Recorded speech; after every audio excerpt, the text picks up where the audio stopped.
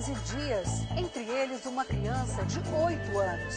Todos vítimas de uma modalidade de crime cada vez mais comum, o assalto a caixas eletrônicos.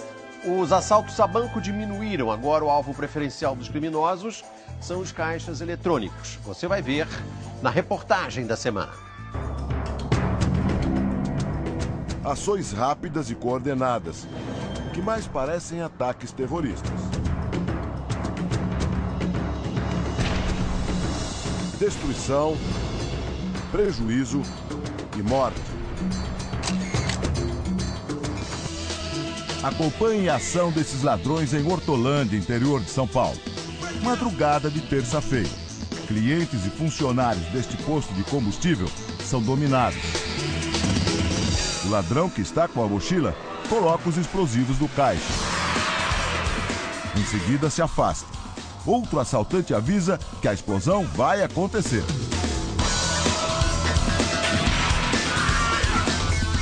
Os ladrões pegam o dinheiro. Toda a ação durou 5 minutos.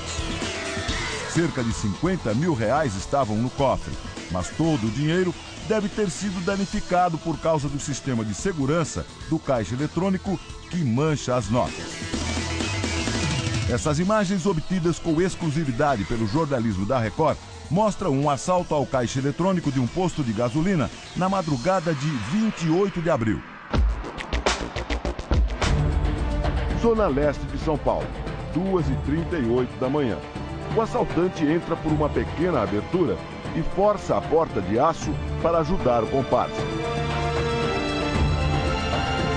Os dois carregam barras de ferro, usadas para quebrar os caixas. Um terceiro homem entra com os explosivos. Um outro fala ao telefone. Outra câmera mostra como os criminosos destroem as máquinas para colocar os explosivos. O homem que trouxe a dinamite toma a frente, força a abertura de um dos caixas para ficar mais perto do cofre. A dinamite é colocada nos dois caixas. Um dos criminosos acende o pavio. Todos saem da loja e se protegem do lado de fora. 17 segundos depois, a explosão.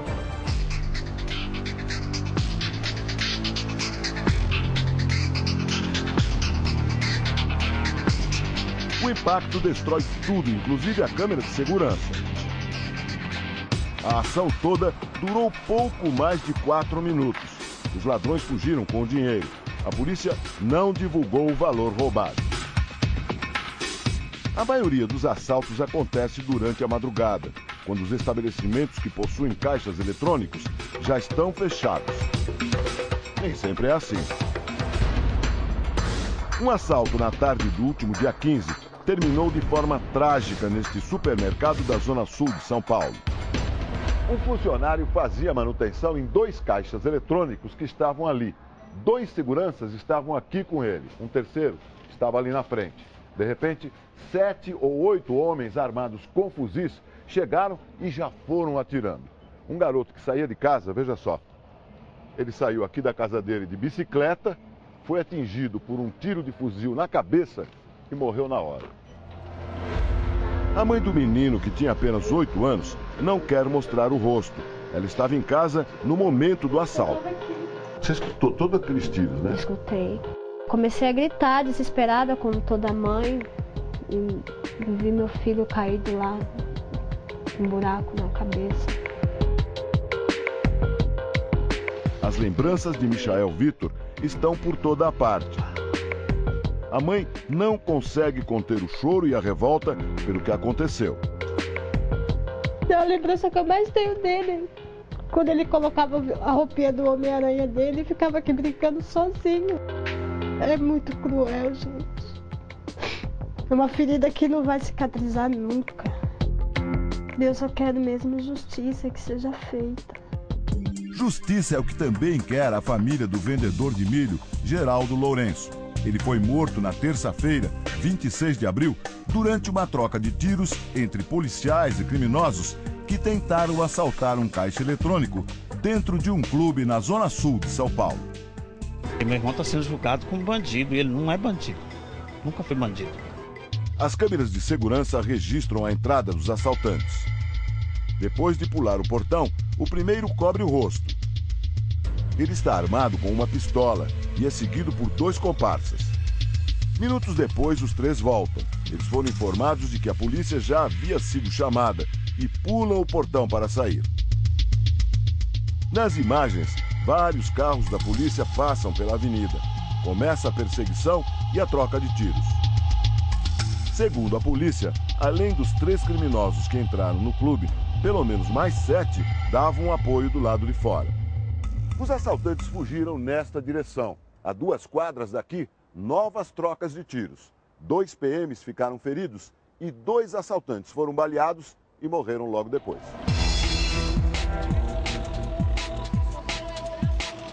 Já o vendedor de milho que morreu no fogo cruzado teria sido confundido com os assaltantes porque um dos criminosos tentou entrar no carro dele.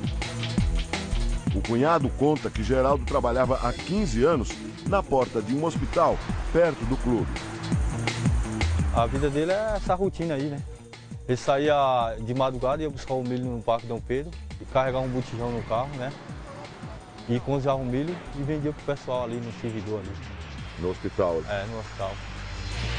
Josefa, namorada de Geraldo, não se recuperou do choque. Eu estou muito triste, né? Perder ele dessa forma que ele não merecia, né? Uma pessoa que saiu de casa para trabalhar e não volta mais, né?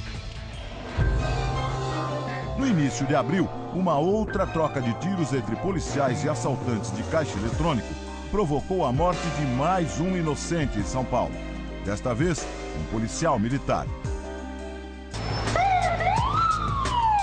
O PM Militão Xavier, 35 anos, e outros colegas atendiam a uma ocorrência nessa rua da Zona Sul de São Paulo. Um grupo de assaltantes em 3 carros fugia depois de tentar roubar caixas eletrônicos a 10 quadras daqui. Os bandidos passaram pelos PMs atirando. Xavier foi atingido por um tiro de fuzil. Chegou a ser levado a um hospital, mas morreu logo depois. No ano passado, mais de 1.100 caixas eletrônicos foram assaltados no Brasil. 23 pessoas morreram. Foram ações cinematográficas como esta, exibida nesse domingo espetacular. Flagrante de ousadia, em que os bandidos demonstram conhecimento e técnicas militares, armamento pesado, além de habilidade e rapidez para executar os crimes. Neste outro flagrante, 2 homens quebram as lâmpadas de uma agência. Eles usam painéis de publicidade para evitar que sejam vistos enquanto arrombam o caixa. A polícia descobriu que 4 assaltantes da quadrilha eram policiais militares. A Corregedoria é uma instituição sólida, transparente. A Polícia Militar é a primeira a extirpar da corporação o mau elemento que não honra a farda que veste. Segundo especialistas, o assalto a caixas eletrônicos mudou nos últimos meses. Agora, os criminosos preferem os terminais fora de agências bancárias. Ao todo, são 41 mil máquinas espalhadas pelo Brasil. Esses outros caixas eletrônicos não têm ou não contam com a mesma segurança existente dentro de uma caixa de uma agência bancária. Então, nós podemos comparar o criminoso, fazer uma comparação com a corrente elétrica. Ele sempre vai para o local que tem menos resistência. Outra mudança está nas ferramentas usadas nos roubos. No lugar de maçaricos, os explosivos são cada vez mais comuns. Geralmente, dinamite roubada, desviada de pedreiras ou de obras em andamento. Hoje, quem controla a venda do explosivo é o Exército. Então, precisa ter um cuidado adicional no controle do explosivo para que pessoas não possam ter acesso a esse tipo de explosivo com a facilidade que está acontecendo. Neste outro flagrante, 2 assaltantes invadem uma clínica veterinária. Fazem reféns. Vão para a parte de trás do prédio, onde está o caixa eletrônico. Quando eles detonam os explosivos, a loja fica coberta de fumaça. Um problema que se espalha por todas as regiões do país. Só este ano, foram mais de 35 casos de arrombamentos com o uso de explosivos na região Nordeste. Nem o terminal rodoviário de Recife, por onde passam 7.500 passageiros por dia, escapou das quadrilhas. O assalto foi no primeiro dia do ano. A tática de explodir os caixas eletrônicos pode estar com os dias contados. Uma em cada 3 máquinas conta com um dispositivo de segurança que joga tinta ou queima cédulas quando ocorre um arrombamento. No momento que o caixa é violado, o sistema ele já começa um processo de inutilização das cédulas, né? O que seria esse processo? As cédulas são entintadas e, em alguns casos, são tingidas. O dispositivo funcionou em grande parte dos ataques no estado de São Paulo, mas não evitou os assaltos. Em meio à destruição provocada pelas explosões, notas marcadas com tinta cor-de-rosa foram encontradas perto dos caixas. Com essa divulgação massiva que está sendo feita do entintamento das cédulas, a população já está sabendo que uma cédula marcada nessa cor, meio rosa, meio avermelhada, já é fruto de alguma atividade ilegal. O tingimento não é ilegal, mas ainda não foi regulamentado pelo Banco Central. Para os especialistas em segurança, a medida é muito importante para combater este tipo de crime. É você mostrar para o bandido que ele não vai ter mais lucro com isso. Então ele continua tendo algum risco, mas com um lucro muito pequeno, ou um lucro próximo do nulo. Ele não vai querer correr esse risco. Ele não vai continuar tentando assaltar esses caixas eletrônicos.